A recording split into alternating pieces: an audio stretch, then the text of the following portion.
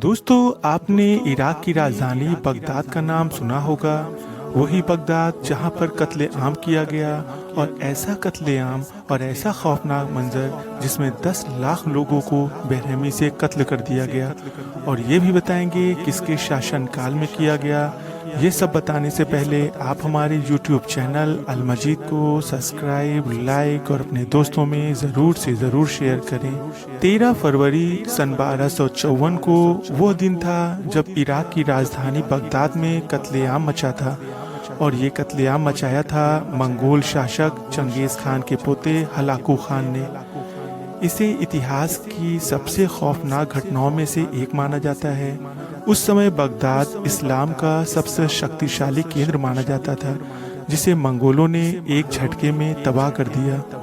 Hulagu Khan के कत्ले आम में कितने लोग मारे गए, इसका अंदाज़ा लगाना तो मुश्किल है, लेकिन कुछ इतिहासकार का मानना है इसमें 2 लाख से लेकर 10 लाख लोग बेरहमी से तलवार, तीर या भाले से मार डाले गए थे। इतिहास की कुछ किताबों में लिखा है कि बगदाद की गलियां उस समय लाशों से अटी पड़ी थीं। जब लाशें सड़ने लगीं और दुर्गंध निकलने लगी तो मजबूरन हलाकू खान को शहर से बाहर तंबू लगाकर रहना पड़ा था।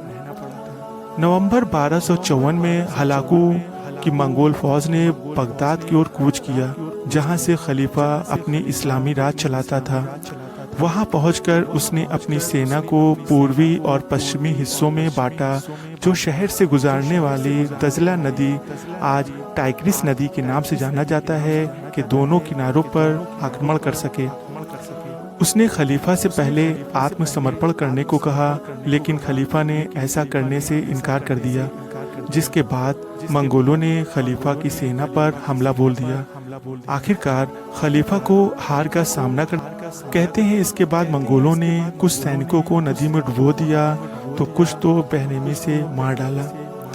13 फरवरी 1254 को हलाकू खान अपनी मंगोल सेना के साथ बगदाद शहर में घुस आया और एक हफ्ते तक वहां जमकर कत्ले-आम मचाया। इसके अलावा मंगोलों ने वहां मौजूद लाइब्रेरी, महल, मस्जिद और अन्य इमारतों को भी आग लगा दिया।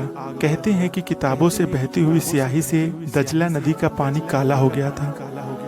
कहते हैं कि बगदाद के खलीफा को तो मंगोलों ने बुरी तरह मौत दी। उसे एक कालीन में लपेट दिया गया और उसके ऊपर से तब तक घोड़े दौड़ाए गए जब तक उसने दम नहीं तोड़ दिया। वही महान खोजकर्ता मार्को पोलो के मुताबिक खलीफा को भूखा मारा गया। कहा जाता है कि हलाकू खान के अटैक से पहले ईरान में सभी विद्वान अरबी भाषा में ही लिखा करते थे।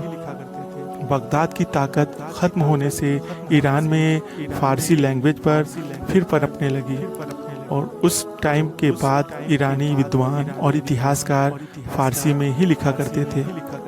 बगदाद पर हलाकू खान के आक्रमण का भारत पर भी एक बड़ा असर पड़ा था। बहुत से ईरानी, अफगान और तुर्क विद्वान, शिल्पकार, अन्य लोग भागकर दिल्ली सल्तनत आकर बस गए थे। इस घटना को 700 साल से भी ज़्यादा का समय बीत चुका है, लेकिन यह अब भी इतिहास का सबसे खौफनाक घटनाओं में से एक है। अगर ये हमारी आपको वीडियो अच्छी लगती है तो आप हमारे चैनल अल मजीद को सब्सक्राइब, लाइक और अपने दोस्तों में ज़रूर से ज़रूर शेयर करें, और आप हमें इंस्टाग्राम पर भी फॉलो कर सकते हैं।